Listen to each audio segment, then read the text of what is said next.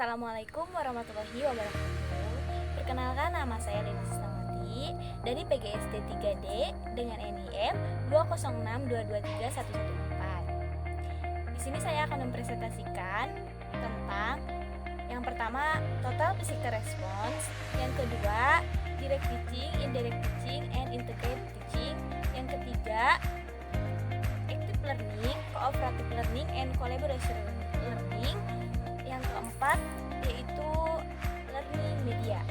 Total physical response yaitu metode pembelajaran atau strategi pembelajaran di mana semuanya itu disusun dan berkoordinasi antara perintah, ucapan, dan gerak, serta merupakan metode pembelajaran kepada peserta didik tentang bahasa melalui aktivitas fisik. Nah, proses belajar mengajar yang dilakukan oleh guru menggunakan total physical response ini dapat berupa: yang pertama adalah dialog atau percakapan, yang kedua adalah bermain peran atau role play, yang ketiga adalah aktivitas seperti membaca, menulis, dan juga pembendaharaan kata.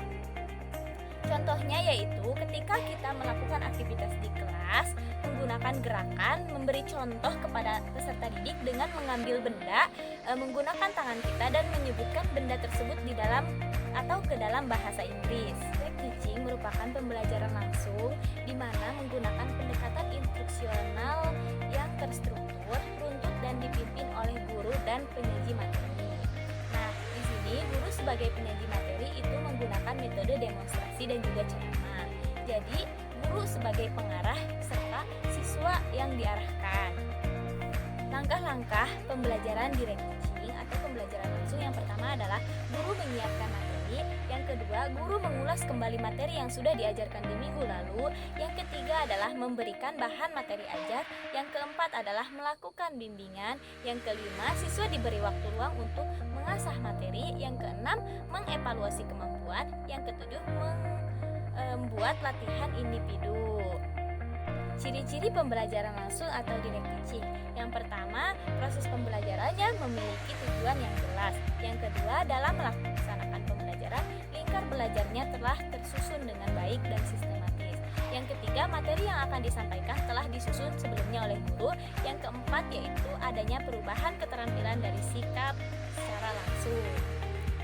Salah satu kekurangan dari pembelajaran secara langsung yaitu tidak semua siswa memiliki kemampuan dalam mengolah informasi, dan salah satu kelebihannya yaitu dapat bermanfaat untuk memberikan penjelasan data secara efektif.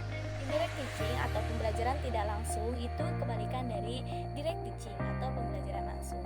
Jika di dalam pembelajaran langsung guru yang menjadi pusat, maka di dalam pembelajaran tidak langsung siswalah yang menjadi pusat di dalam pembelajaran tersebut. Jadi strateginya yaitu pembelajaran secara inquiry, di mana siswa dituntut untuk memiliki pemikiran yang ilmiah. Ciri-ciri dari pembelajaran indirect teaching yaitu menekankan kepada aktivitas siswa secara maksimal. Yang kedua yaitu seluruh aktivitas yang dilakukan siswa diarahkan oleh guru. Yang ketiga, tujuan dari penggunaan strategi ini yaitu secara inquiry adalah mengembangkan kemampuan berpikir secara sistematis yang dilakukan oleh siswa. Nah, kelebihan dari metode ini yaitu mendorong kebenaran dan keingintahuan peserta didik, menciptakan alternatif menyesuaikan masalah, mendorong kreativitas dari peserta didik. Integrated teaching atau pembelajaran terpadu merupakan metode untuk menghubungkan dan menyatukan antara program-program pendidikan. Nah, keterhubungan ini bukan hanya antara kurikulum dengan mata pelajaran ataupun dengan kebutuhan serta minat siswa, tetapi juga antar kegiatan dan juga tujuan serta kondisi masyarakat pada umumnya.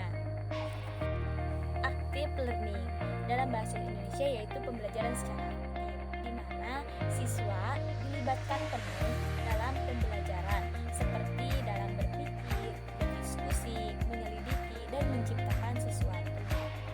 Nah, kenapa diperlukan pembelajaran aktif? Karena itu dapat memperkuat materi dan juga dapat mengembangkan feedback dari siswa tersendiri, serta dapat memperoleh kesempatan untuk siswa berpikir dan menyalurkan pendapatnya. Macam-macam pembelajaran aktif yaitu true or false atau benar atau salah. Yang kedua adalah with teaching atau pembelajaran terpadu. Yang ketiga adalah cari kawan ataupun berkelompok.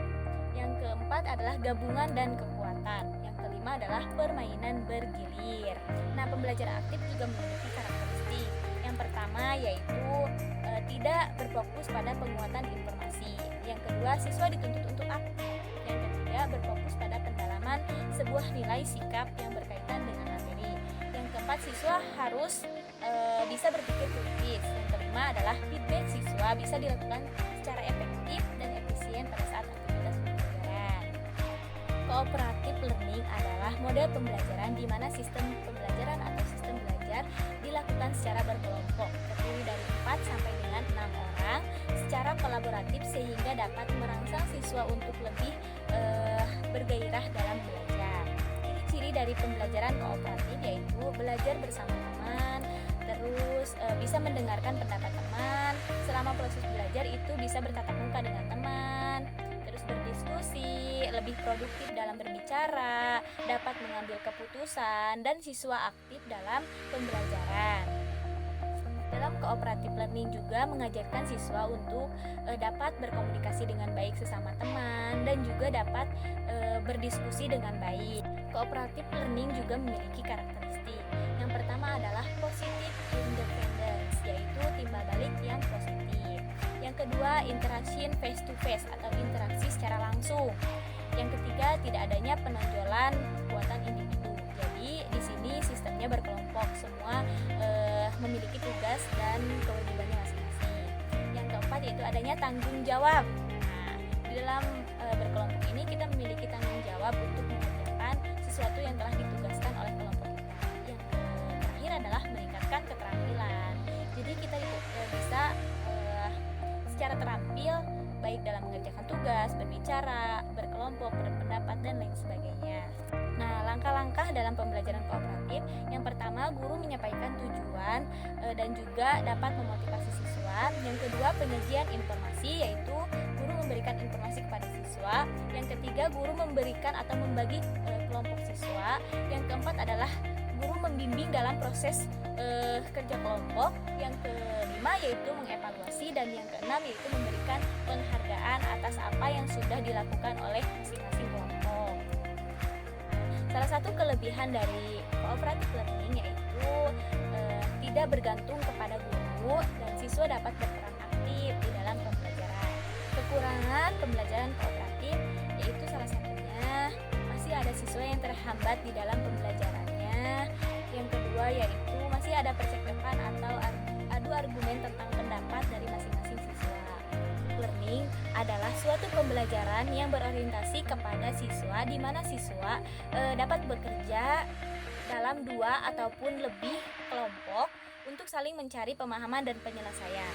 Nah, setiap anggota mengembangkan informasi, pengalaman, ide, pendapat, dan kemampuan serta keterampilan yang dimilikinya untuk secara bersama-sama saling meningkatkan kemampuan atau pemahaman dari anggotanya masing-masing. Nah, dalam pembelajaran kolaboratif memiliki langkah-langkah. Yang pertama, siswa dapat menentukan tujuan dari pembelajaran dan membagi tugas masing-masing. Yang kedua, siswa dalam berkelompok dapat membaca, berdiskusi, dan menulis. Yang ketiga, siswa dalam berkelompok itu mengerjakan tugas masing-masing. Yang keempat, siswa dalam berkelompok menyepakati hasil diskusi. Yang kelima, guru menunjuk siswa ataupun kelompok secara acak untuk mempresentasikan. Yang keenam, siswa dalam berkelompok melakukan revisi hasil berdiskusi. Yang ketujuh, laporan dikumpulkan. Yang kedelapan, laporan siswa dikoreksi oleh guru. Pembelajaran adalah segala sesuatu yang dapat digunakan untuk menyampaikan pesan atau informasi dalam proses belajar mengajar sehingga dapat merangsang siswa atau dapat memikat perhatian serta minat siswa untuk belajar. Pembelajaran juga dapat meningkatkan hasil belajar siswa, yaitu satu, mengajar akan menarik perhatian siswa sehingga dapat menumbuhkan motivasi dalam belajar. Yang kedua, makna materi pembelajaran akan lebih jelas sehingga dapat lebih dipahami oleh siswa. Yang ketiga, metode pengajaran akan lebih bervariasi. Yang keempat, siswa lebih banyak melakukan kegiatan belajar. Dalam memilih media pembelajaran yaitu harus diperhatikan yang pertama, sesuai dengan materi pembelajaran. Yang kedua, luas, praktis, dan bertahan. Yang ketiga, sesuai dengan tujuan yang ingin dicapai. Yang keempat, sesuai dengan karakteristik siswa. Yang kelima, kemampuan dan keterampilan guru dalam menggunakan. Yang keenam, fasilitas pendukung. kurikulum, dan yang ketujuh yaitu biaya dari media pembelajaran, yaitu meningkatkan perhatian siswa, motivasi siswa, meningkatkan efektivitas pembelajaran yang dapat menyesuaikan dengan tingkat perkembangan siswa. Sekian yang dapat saya sampaikan. Terima kasih. Wassalamualaikum warahmatullahi wabarakatuh.